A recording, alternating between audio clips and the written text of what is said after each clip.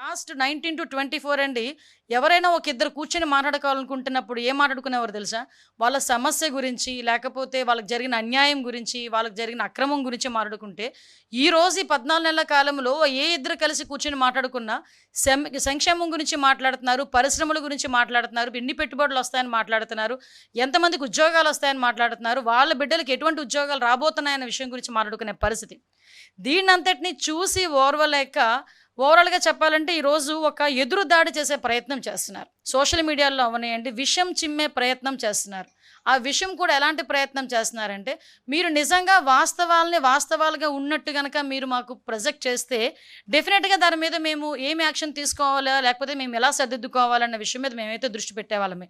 కానీ ఈరోజు పరిస్థితి ఏమవుతుందంటే, అవాస్తవాల్ని వాస్తవాలుగా చిత్రీకరించటం, అవాస్తవాల్ని చూపించి ప్రజల్ని ప్రలోభపెట్టడం.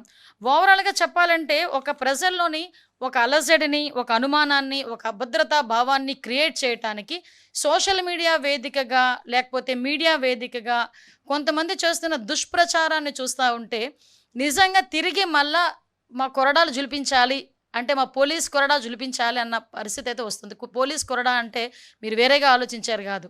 మళ్ళా మేము కూడా దాని మీద ఇది నిజం కాదు. ఇలా అబద్ధాలు ప్రచారం చేసే వాళ్ళ మీద చర్యలు తీసుకునే పరిస్థితి రావాలి అనే ఉద్దేశంతో ఈరోజు మళ్ళా మీ అందరి దగ్గరికి రావటం జరిగింది.